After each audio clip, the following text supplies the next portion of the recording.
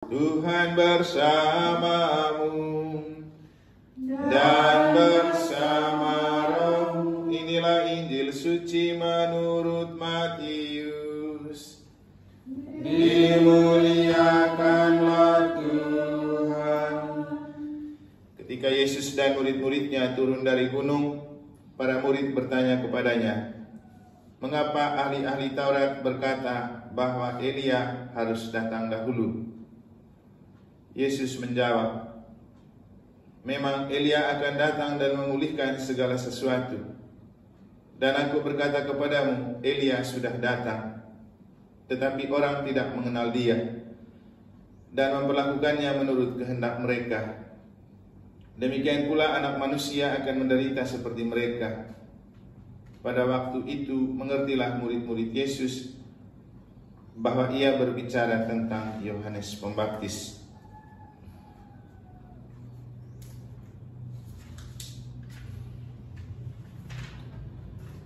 Demikianlah sabda Tuhan. Terpujilah Kristus. Mengapa ahli-ahli Taurat berkata bahwa Elia harus datang dahulu? Para saudara, mama yang terkasih dan saudara-saudari juga yang saya kasih dalam Tuhan, pertanyaan para murid itu juga mestinya menjadi pertanyaan kita, karena ini penting untuk kita mengerti dan memahami arti kehadiran Yesus dan Yohanes Pembaptis. Dalam bacaan pertama, kita mendengar cerita tentang Elia yang punya kuasa dan dia mau buat apa saja oke. Rasanya sepintas pingin sekali Tuhan itu mau pakai kita seperti Elia, supaya yang macam-macam itu kita kasih pelajaran saja kan. Tapi ketika zaman itu sudah sangat lewat jauh, begitu zamannya Yohanes Pembaptis dan Yesus datang, orang masih berpikir tentang Elia harus datang dahulu. Karena dalam bayangan ahli Taurat, Elia itu harus seperti yang dulu diceritakan dalam Perjanjian Lama. Jadi harus langsung eksekusi begitu. Tetapi Yesus bilang, sebenarnya Elia sudah datang, tapi orang tidak mengenal dan tidak paham. Kenapa? Zaman Yohanes Pembaptis dan zaman Yesus itu pakai gaya non-violence gitu. Jadi anti kekerasan. Kalaupun Tuhan kecewa dan marah, ia tidak mengekspresikannya dengan musibah-musibah seperti yang terjadi dalam Perjanjian Lama. Karena pertobatan itu lebih penting daripada musibah. Mungkin juga karena zaman Yohanes Pembaptis dan Yesus ini sudah sangat menghargai harga diri manusia, sehingga tidak mudah untuk menjatuhkan sebuah sanksi kepada mereka yang berlaku tidak baik. Kalau zaman Perjanjian Lama langsung saja. Begitu Tuhan lihat itu mengecewakan, dia kasih tanda di situ, dia kasih bencana di situ supaya orang tobat. Dan memang mungkin pada zaman dulu mental orang-orangnya seperti itu. Jadi kalau tidak dibuat begitu, nggak mau kapok-kapok. Tapi saya rasa juga di zaman ini masih ada orang yang mental seperti itu. Mestinya sudah tidak ada, karena ini sudah zaman lebih modern. Jadi orang itu harus berpikir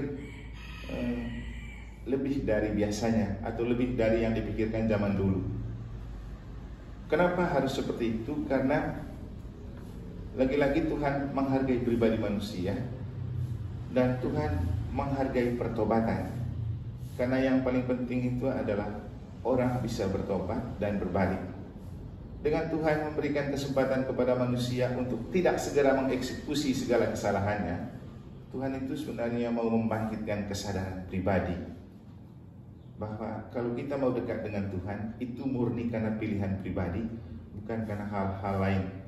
Tapi faktanya, kita dan umat kita baru dekat dengan Tuhan kalau ada bencana. Nah, coba kita amati, kalau ada bencana, entah gempa bumi, entah tanah longsor, entah banjir, entah gunung Merapi, nanti saat itu banyak sekali orang berdoa.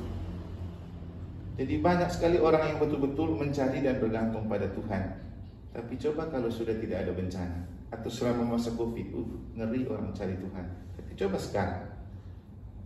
Jadi ini adalah hal yang memang membuat kita harus tahu diri bahwa kesadaran itu lebih penting daripada bencana atau apapun bentuk tindakan-tindakan yang membuat kita sadar. Jadi sebelum terjadi hal yang lebih fatal, mestinya sadari dulu. Tadi itu saya menonton pertandingan Argentina dan Belanda, seru itu. Dari awal sudah sampai dengan mau selesai babak terakhir, Argentina sudah unggul 2-0. Menit-menit terakhir di perpanjangan waktu dibalas menjadi 2-2. Apa yang membuat mereka bisa dibalas dan harus bermain perpanjangan waktu?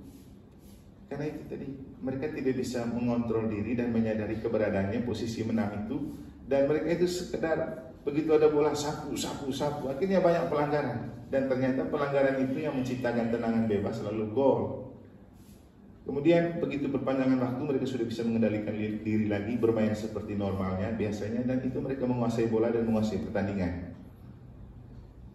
Hasilnya ada beberapa peluang yang memang membuat mereka harus menang, tapi kebentur tiang, kebentur orang, dan akhirnya harus adu penalti. Untung waktu adu penalti mereka menang. Tapi ini salah satu contoh untuk menunjukkan bahwa membangkitkan kesadaran itu penting untuk bisa mengontrol diri. Dan ini yang berat. Bagaimana mengontrol diri pada saat kita sudah tidak bisa mengendalikan diri. Inilah yang membuat kita butuh bantuan Roh Kudus. Jadi lagi-lagi ketika Elia itu sudah datang, tetapi ahli Taurat dan orang-orang tidak paham bahwa Elia sudah datang, itu kan ada perbedaan konsep. Karena mereka pikir kalau Elia harus bisa kasih bencana atau kasih tindakan seperti dalam bacaan pertama. Tapi Yohanes Pembaptis dan Yesus kan tidak begitu. Malahan mereka terus menyerukan, bertobatlah, bertobatlah. Jadi sangat menghargai pribadi manusia dan sangat menghargai waktu tobat. Itulah juga alasan kenapa kita diberikan kesempatan untuk melalui masa Adventus selama 4 minggu untuk perayaan Natal. Karena itu diberikan kesempatan. Sayangnya orang tidak semua memanfaatkan kesempatan ini. Ya, Natal ini diberi di akhir tahun menurut saya, karena itu adalah waktu untuk kita mereparasi kembali diri, menyadari lagi keberadaan dan perjalanan hidup selama 1 tahun sebelum kita masuk tahun baru dengan hidup baru. Jadi Tuhan itu sudah sangat jauh berpikir tentang keberadaan kita. Siapa yang tidak berdosa selama 1 tahun? Siapa yang tidak punya banyak masalah selama 1 tahun? Siapa yang tidak pernah menjauh dari Tuhan selama 1 tahun? Pasti selalu ada.